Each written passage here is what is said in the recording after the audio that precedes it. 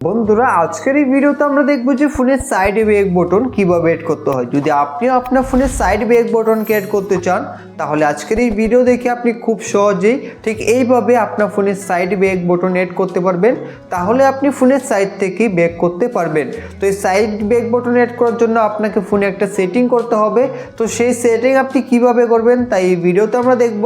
তাই ভিডিওটিকে স্কিপ না করে শেষ পর্যন্ত দেখুন। তো চলুন এখন কিভাবে ফোনের সাইড ব্যাক বাটনকে এড করতে হয় তা দেখে নিই।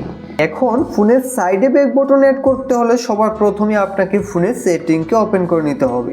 তো আপনি ফোনের সেটিংকে ওপেন করে এখন এখানে সবার উপরে সার্চ বারে সার্চ করবেন সিস্টেম নেভিগেশন লিখে।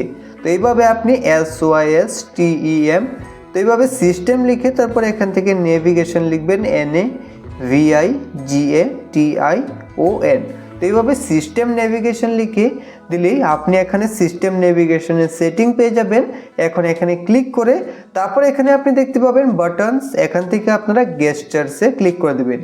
ক্লিক করে দিলে এখন আপনার ফোনের সাইডে ব্যাক বাটন চলে আসবে।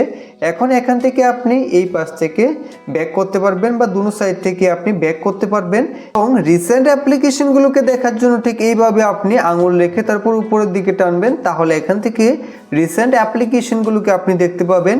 এবং এখানে আপনাদের হোমে চলে আসার জন্য এইভাবে আপনি করবেন, তাহলে ডাইরেক্ট হোম বাটনে কাজ করবে। তো এইভাবে খুব সহজে আপনি আপনার ফোনের সাইড ব্যাক বাটনকে এড করতে পারবেন।